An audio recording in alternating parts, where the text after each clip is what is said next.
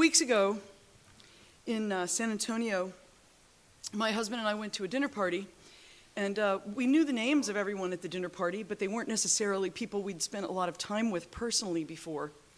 And somewhere after the salad, the man across from me said, "I should make a confession to you. I never got poetry." And then he proceeded to recite from memory a Longfellow poem so perfectly and exquisitely that I burst into tears. My husband at the other end could see this happening, had no idea what was going on down there. And I said, "What do you mean to this man, you never got poetry? When did you learn that poem?" He said, "When I was 9. He's 74. He said, "I've carried it all my life. And in my life, when I've needed it, it always pops up. It always comes back to me." A poem about labor and working, repetition, persistence. And I said, "Please don't ever say you never got poetry, because you're holding it, you're living it. You're a portrait painter.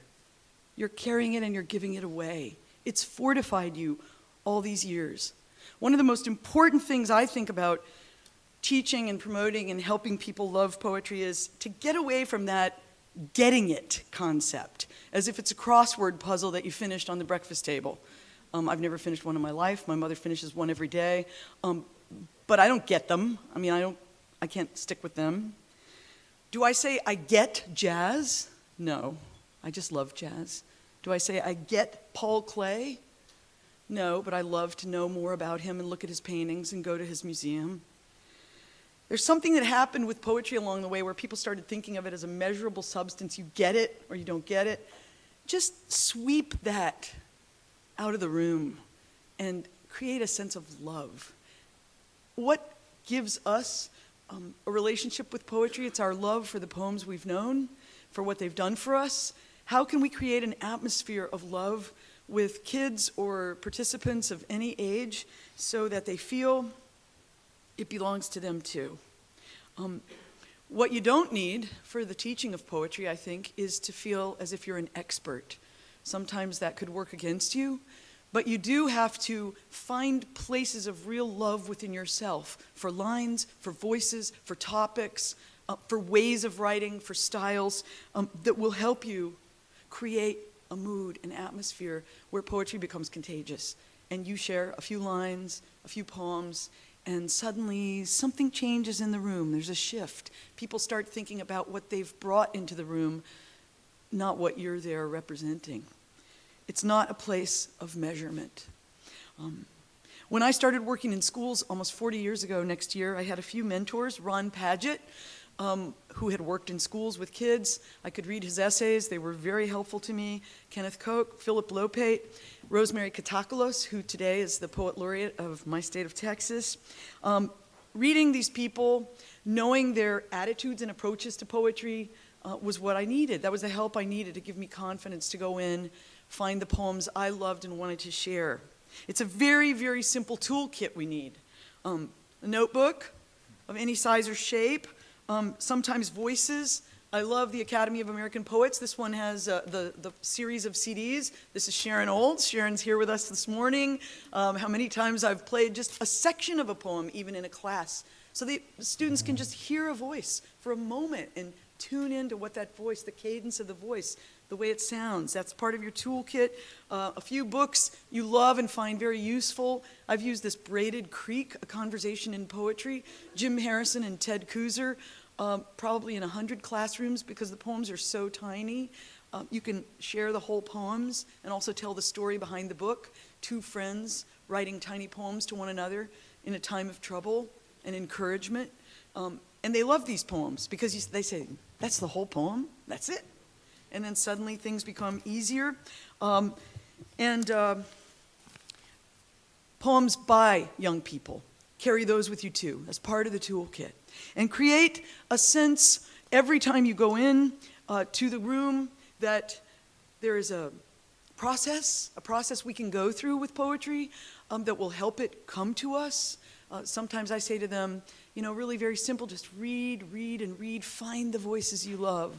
When someone says, I don't like poetry, miss, you say, you just don't like the poems you've read so far. You need to read more of them to find your poems. Have a little regularity of practice. Even 3 lines a day in your notebook will help you find some way to share your work. Very simple toolkit. There is always a sentence. There's always a line. There's always an image you could use.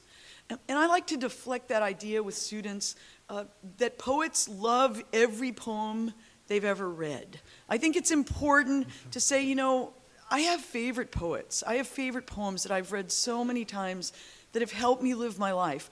Here's a poem, and this is when I first read it. Does anyone like it?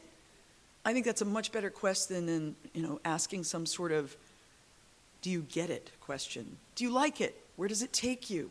What does it make you think of? It always works. Working in some of the strangest venues you could ever imagine, I can say for sure, it always works if you come into that space with some love and with poems that you can share with love and that you can ask them questions about, engage them, tell them you want to listen to their voice, tell them how a poem has given you another poem, given you another idea. A few years ago when I went to a school in India, I was handed a stack of poems. At the top of every page it says inspired poetry. And then on the left side there's a poem of mine, but I'm not necessarily the person they're saying was inspired. Next to it is a poem by a student who was inspired by that poem and the poem they wrote. For example, next to my poem, My Father and the Fig Tree, I have Naomi Sinnathambi's poem, My Great-Grandmother and the Teak Tree. Or next to my poem, San Antonio, I have the poem Dubai, that a boy in Dubai wrote about his city. This is a great way to encourage poetry, encouraging students to model on poems they've read, which they found agreeable or interesting. I love the Flaubert quote, for something to be interesting, you just have to look at it long enough, or maybe look at it in new ways, ask new questions about it. So I'll close my comments here by just reading these 3 lines. I'm very impressed by meeting the young poets who are here in the National Student Poets Program in this beautiful book. I hope you all pick up a copy of this book. Just 3 quotes. And these are the kinds of quotes that I think would be very wonderful to use in a classroom, because I think they would make instant friends with people in the classroom. Sojourner Ahebi wrote, this is from her poem, How to Learn from the Sunset. I hate the way a house tends to speak when everyone is gone. It wants to tell you all its secrets. That's just a quote from that poem. Think about all the places that could take students. Nathan Cummings, in his poem Transference, wrote, in the moment when the tiny body of the squirrel is folded into itself, the 2-year symphony of its rhythms and pulses and tempos is silenced in mid-measure. And Louis Lefebvre from Austin, Texas, in his beautiful long poem called Parenthetical, has this section. But next time, every single day, when someone is shoved or ignored, shoving or ignoring, smile not only at the victim and at the bully, but also at the parenthetical. Give a good long look to the person who isn't even there. Ask, how can I help what's wrong? Say, stand up, reach for my hand, touch my palm. You know, if you go into a room fortified with incredible lines like these and share them and talk about them with students, I really don't think you can go wrong with poetry, because something contagious and beautiful is bound to happen. Juan Felipe.